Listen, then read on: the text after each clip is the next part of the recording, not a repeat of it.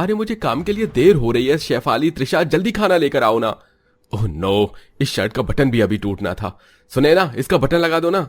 अरे भैया, आप इतने हड़बड़ा क्यों रहे हैं? मैं लगा देती हूँ शर्ट का बटन, और दीदी भी खाना ला रही हैं। हाँ भैया, ये लीजिए। आप तो ऐसे कर रहे हैं जैसे कि आपकी ट्रेन छूट रही है। अरे ट्रेन नहीं छूट रही, लेकिन मेरी जॉब छूट सकती है अगर टाइम पर ऑफिस नहीं पहुंचा तो। आज मेरी बहुत इंपॉर्टेंट मीटिंग है और ये मेरी पहली मीटिंग है। मुझे सब कुछ अच्छे से करना है। मैंने तो ध्यान ही नहीं दिया। और मेरे जूते वो भी पॉलिश कर देना यार। ओफो भैया, आप कितना टेंशन लेते हैं। आपकी 5 बहनें हैं। ये देखो, ये रहा आपका पॉलिश जूता, और टिफिन भी पैक है। मैं तो कहती हूँ भैया, अब आप शादी कर लीजिए। एक बार आपको संभालने वाली आ जाएगी तो सब सही रहेगा। और वैसे भी भैया, आप बड़े हैं, शादी कर लीजिए, उम्र हो रही है। अरे तू कहना क्या चाहती है? इतना हैंडसम हूँ, खड़ी खड़ी लड़कियों की लाइन लग जाएगी। ओहो, ऐसा है क्या? भैया तो कर ही लो अब आप शादी। वैसे आपको लेट हो रहा है भैया। अरे हाँ, ये लो भैया, आपकी शर्ट प्रेस हो गई। Thank you. तुम पांचों हो तो मुझे ज्यादा टेंशन नहीं लेनी पड़ती है। घर आकर सोचूंगा। ये कहकर अरमान तैयार होकर ऑफिस चला जाता है। दरअसल अरमान माता पिता के जाने के बाद अपनी पांचों बहनों का सहारा बनकर कुछ पैसों की नौकरी करके घर चलाता है। शाम को आने के बाद अरमान अपनी पांचों बहनों के लिए गोलगप्पे लाता है। हेलो, तुम पांचों के लिए मैं गोलगप्पे लाया हूँ। वैसे तो भैया आप लाते नहीं हैं। जरूर आज कोई खुशी की बात हो गई, बताइए ना। अगर खुशी की बात है तो भैया आपको पिज्जा लाना चाहिए था। आपको पता है ना हमें पिज्जा कितना पसंद है। हाँ, मुझे तो पिज्जा बहुत पसंद है। एक एक पिज्जा सब खाते। चुप करो तुम दोनों। तुम्हें पता है ना भैया की सैलरी इतनी ज्यादा नहीं है। एक पिज्जा ही महंगा पड़ता है। अगर वो 5 पिज्जा लेंगे तो कितने पैसे खर्च हो जाएंगे। तुम्हें ये नहीं पता कि भैया हम पांचों के लिए कितना कुछ करते हैं।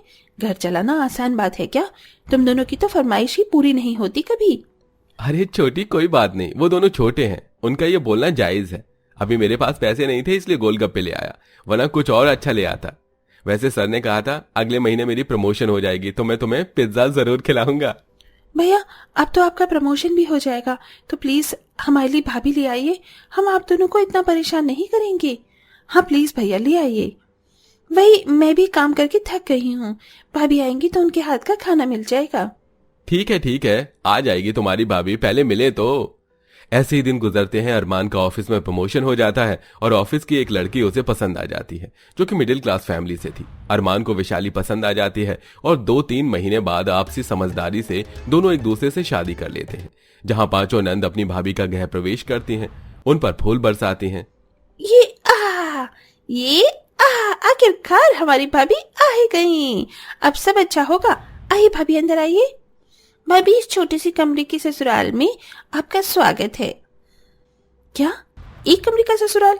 अरमान, जब ये एक कमरे का ससुराल है तो हम दोनों कहाँ रहेंगे? और ये पांचों भी, हमें तो पर्सनल स्पेस चाहिए ही ना। हाँ वैशाली, लेकिन अभी मैंने घर इतना बनवाया नहीं है। हम सारे भाई बहन बचपन से इसी कमरे में रह रहे हैं। पर तुम चिंता मत करो, हमें कोई प्रॉब्लम नहीं होगी। हाँ भाभी, अंदर आइए। वो देखिए आपका बिस्तर। घर के थोड़ा अंदर जाकर वैशाली को 5 अलग अलग बिस्तर और सामने एक फूलों से सजा बिस्तर दिखाई देता है। अरमान, तुम तो जानते हो ना, आज हमारी पहली रात है और नई जोड़ी को तो सुहाग रात का दिन अलग ही होता है। ऐसे में तुम्हारी पांचों बहनों के साथ हमारी ये खास रात और खास कैसे होगी? वैशाली, ये तो मैं सोच ही नहीं पाया। देखो, पहली रात फिर कभी और मना लेंगे जब ये पांचों नहीं होंगे, और अभी फिलहाल ऐसे ही रह लेते हैं। मतलब अरमान, मेरे अरमानों की तुम्हें कोई वैल्यू नहीं है। जब एक कमरे का घर था तो मुझसे शादी क्यों की? मुझे माफ कर दो वैशाली, मुझे लगा तुम माइंड नहीं करोगी, क्योंकि तुम भी अपने एक कमरे के किराए के घर में माँ के साथ रहती थी। पर ये तो हमारा है। क्या हुआ भाभी, आपको कोई प्रॉब्लम में है? नहीं, भला मुझे एक कमरे के घर से क्या ही प्रॉब्लम होगी। सब बहुत अच्छा है, बहुत बढ़िया है। मुझे नींद आ रही है, मैं थक चुकी हूँ। गुस्से में वैशाली अपने बिस्तर पर गहने उतार कर सो जाती है। आधी रात में उसे मच्छर काटने लगते हैं तो वो ताली बजाने लगती है। ये भगवान, यहाँ कितने मच्छर हैं। एक तो मेरी पहली रात खास नहीं बन सकी, ऊपर से इन मच्छरों की एंट्री हो गई। और ये पांचों ननद इतने आराम से सो रही हैं, इन्हें मच्छर नहीं काट रहे क्या? अरे हट हट, क्या हो भाभी, आधी रात में क्यों परेशान कर रही हो? सो जाओ ना, ये ताली बजाने का टाइम नहीं है। अरे मैं पागल थोड़ी हूँ जो ताली बजा रही हूँ, मच्छर परेशान कर रहे हैं। ओहो भाभी, जब आपको थोड़े दिन हो जाएंगे तो मच्छर आपको भी जान पहचान कर लेंगे, फिर आपका खून नहीं चूसेंगे। अभी मेहमान हो तो खातिरदारी कर रहे हैं। यहाँ मैं इतना परेशान हूँ और ये नंद ऐसी बातें कर रही है। और अरमान, अरमान उठो, तुम सो कैसे सकते हो? आज हमारी पहली रात है, तुमने मुझे सुहाग रात में कोई गिफ्ट नहीं दिया। अभी सो जाओ यार, मैं बहुत थक गया हूँ। ले आऊंगा तुम्हारे लिए कल गिफ्ट। किसी को मेरी पड़ी ही नहीं। किसी तरह वैशाली मच्छरों से लड़ झगड़ कर सो जाती है। दिन गुजरते हैं। वैशाली को अपने पति के साथ वक्त गुजारने का बिल्कुल मौका नहीं मिलता। वो जैसे तैसे पांचों नंदों को बहाने से किसी रिश्तेदार के घर भेज देती है और घर में कैंडल जलाकर अरमान के साथ थोड़ा रोमांटिक होती है। फाइनली अरमान, आज हमें मौका मिल ही गया, वरना जब देखो तुम्हारी पांचों बहनें हमारे बीच में टपक जाती हैं। ये देखो तुम्हारा फेवरेट फ्लावर। ये क्या, तुम बस ये फूल लेकर आए हो मेरे लिए और कुछ भी नहीं? अरे जान, ये तो देखो। अरमान अपने हाथों से वैशाली को हार पहनाता है। वो दोनों एक दूसरे के करीब आते हैं। इतने में घर का दरवाजा खटखट होने लगता है। रात के 11-12 बजे कौन आ गया? अरे भैया दरवाजा खोलो ना, कितनी देर हो गई। आवाज सुनकर अरमान दरवाजा खोलता है तो अपनी बहनों को देख शॉक्ड हो जाता है।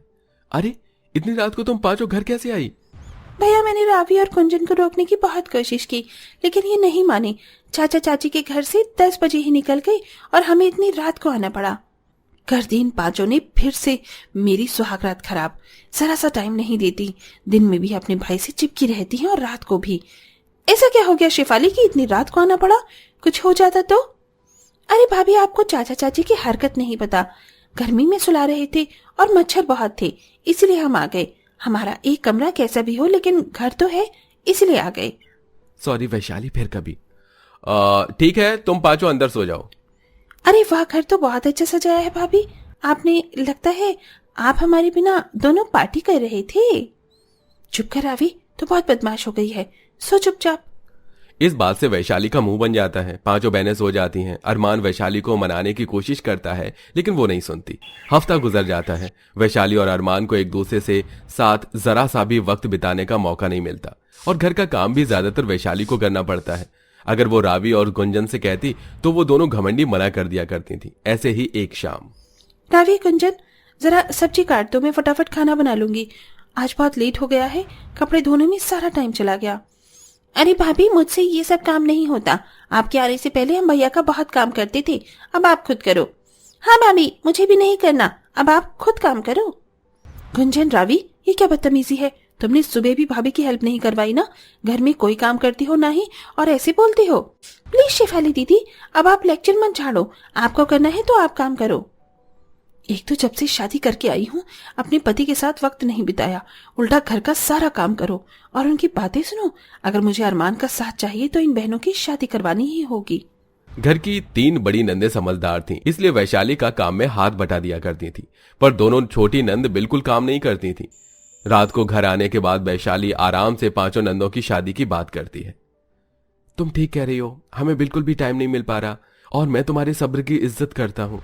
और बहन शादी लायक भी हो गई हैं। मैं पंडित जी से बात करता हूँ, वो किसी अच्छे घर का रिश्ता बता देंगे। हाँ, जितना जल्दी हो जाए उतना जल्दी करो अरमान। अगले दिन से अरमान अपनी पांचों बहनों के लिए पंडित जी से रिश्ते ढूंढने की बात करता है और 2 महीने के भीतर उसे अपनी पांचों बहन के लिए अच्छा रिश्ता मिल जाता है और फिर एक ही घर में पांचों बहनों की चटमंगनी पट ब्याह हो जाता है। शादी के होने के बाद 3 दिन तक भैया भाभी घर ही संभालते रहते हैं। चौथे दिन वो अपने सुहागरात मनाने की तैयारी में थे। फाइनली अरमान, तुम्हारी पांचों बहनों की अच्छी जगह शादी हो गई और अब हम भी अपनी पहली रात को शुरू कर पाएंगे। हाँ मेरी वाइफी, रात क्यों, दिन में ही शुरू हो जाते हैं। नॉटी। दोनों एक दूसरे के करीब जा रहे थे कि एकदम से पांचों बहनें धावा बोल देती हैं और दोनों पीछे हट जाते हैं। भैया सरप्राइज। अरे तुम पांचों इस वक्त यहाँ कैसे? भाभी आप भूल गई, हमारे पग फेरी की रस्म है इसीलिए हम आ गए। हाँ, अब हम आप दोनों के साथ बहुत मजे करेंगे। बहुत याद किया भैया भाभी हमने आपको। दोनों कपल एक दूसरे को देखकर कहते हैं, लगता है वो दिन कभी नहीं आएगा जिस दिन का हम बहुत समय से इंतजार कर रहे हैं। क्या हुआ भैया, कुछ हुआ क्या? नहीं नहीं, कुछ नहीं, आओ तुम पांचों बैठो। फिर शेफाली पांचों नंद की खातिरदारी करने में व्यस्त हो जाती है और एक बार फिर भैया भाभी का मिलन होते होते रह जाता है। पांचों नंद हफ्ता भर घर में अच्छे गुजारती हैं और आखिरकार उनके पग फेरे की रस्म के बाद भैया भाभी अपना क्वालिटी टाइम स्पेंड कर पाते हैं।